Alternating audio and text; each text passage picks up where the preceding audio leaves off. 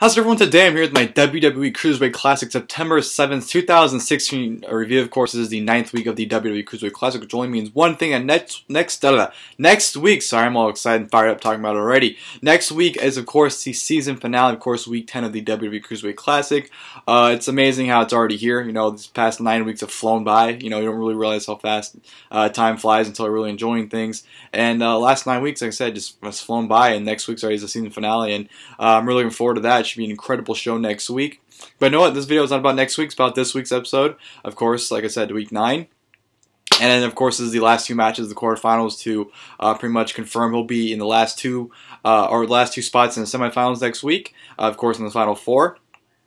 And without further ado, let's just jump right into this review. Of course, the show opened up with Noam versus Zack Sabre Jr. in the quarterfinals match. I thought this match is awesome. You know, both men, you can definitely tell from the get-go, both men are excited to wrestle each other in the WWE because they, of course, had matches, of course, in such of like, you know, United Kingdom and whatnot. So you can definitely tell both men are excited to wrestle each other in a bigger platform like WWE. Like I said, this match is awesome. Had a lot of fun with it. I thought both men worked great. You know, Zack Sabre Jr. working on all the limbs of Noam, especially the arms, and Noam working on, of course, the leg of Zack Sabre Jr. So I thought both men targeting limbs of each other and really working on them. That told a great story in this match. And you had a lot of great near falls, had a lot of great submissions, a lot of great counters. Noam had a nice suicide dive on the outside of Zack Sabre Jr. During the match. Zack Sabre Jr. dominated, you know, of course, and Noam had a very nice comeback. Zack Sabre Jr. got a very nice near fall with a penalty kick, which, you know, considering, like I said, all of them were working on each other's limbs, especially, you know, Noam was working on Zack Sabre Jr.'s legs. I think it was his right leg he was working on. So when Zack Sabre Jr. hit the penalty kick, he didn't get all the effect of the kick you'd like to. So he definitely, it definitely showed he kicked them, but it wasn't the full force of the kick that would, you know, put him away. Because Noam did kick out at 2. So just great storytelling in this match. A godlike near fall when Zack Sabre Jr. went for a European uppercut, and somehow Noam was able to catch him into a backslide pin, which of course Zack Sabre Jr. kicked out, but that counter was just absolutely amazing. I was almost mind blown by what I just saw with that counter there. Like, a European uppercut was countered in mid-air into a backslide. That was just absolutely incredible, I thought. Noam definitely had the best performance he's had in this tournament so far. You know, he's had some really good performances in his first 2 matches, but his first 2 matches all weren't that great. So he definitely shined a lot more in this match as Zack Sabre Jr. than he did in his first 2 matches combined, if you ask me. So just great all-around stuff. From both these 2 men. Definitely, like I said, put on an awesome match and a great story being told. You know, both men definitely, you know, they made sure on commentary you knew the history of these 2 men they had with each other, and I thought it definitely played great into this match, and you had a mixture of great wrestling and a great story being told. So what more can you ask for in a wrestling match? And the ending was absolutely superb. Zack Sabre Jr., I don't know what the hell he did. He caught and like swung Noam around, and which just looked awesome. Then he of course put him in a submission hold, which I don't even know what the hell it's called because he has so many submission holds and it's so incredible. You don't even know what the hell to even name them.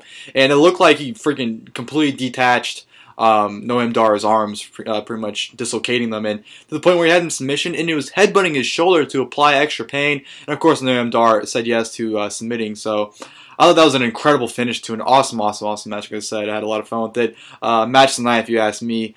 So great story being told by both men. Of course, you had a great show of respect being shown afterwards with both men in the ring. So, very enjoyable opening match. I almost said main event there. Should have been a main event in my opinion, but you know, it is what it is. But yeah, great opening match from them. And then, of course, to go on to the last quarterfinal round match, which was TJ Perkins versus Swann. This match was very, very good. However, I don't know, I didn't find myself invested in this match at all. I was watching it, and I thought the action was great. I just was not, I don't know, I just wasn't feeling it. I don't know if it was both men, their styles, or what, but I wasn't finding myself really committed in this match. Of course, at the beginning of the match, you know, both men were playing around, of course, throwing some dabs around. Why not, you know? Throwing some dabs in this match.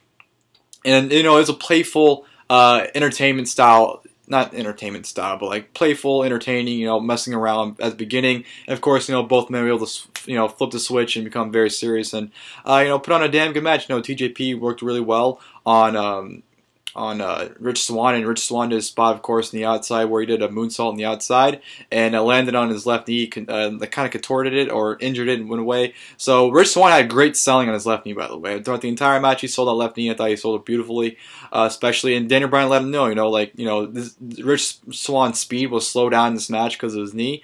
He wasn't hitting his moves properly, like he went for, you know, DDT, jumpy DDT, and the way he hit it, you definitely tell that he didn't get the full jump that he'd like to because he was kind of low when he hit it. So definitely told a great story with Rich Swann playing that knee. TJP really didn't notice it for the first half of the match, and of course he realized that and started working that to his advantage. And you know, Rich Swann's kicks were just stiff as hell. You heard those, every kick Rich Swann gave him throughout the entire arena. It was very loud and stiff kicks from Rich Swann. And you know, he put up one hell of a fight with that injured knee. Like I said, you've sold that knee beautifully. TJP was great as always, and it tends to be a really damn good match between both these men. And you know, of course, the injured knee ended up being the downfall of Rich Swann because TJP was able to catch him into a fireman's carry, would throw him into a penalty kick, which would catch him into a knee bar, which would lead to the submission victory for TJ Perkins, with Rich Swann tapping out. So TJP advances to semifinals along with Zack Sabre Jr. next week. And yeah, I thought, like I said, it was a damn good main event. I just, for some reason, was not feeling all of it. I don't know what it was. I don't know if, like I said, it was their styles or just them or what, but I just wasn't feeling the main event all as much as I wish I could have, but it's still a damn good main event. But like I said, I prefer the opening match over the main event still. So a damn good episode, Cruiserweight Classic here.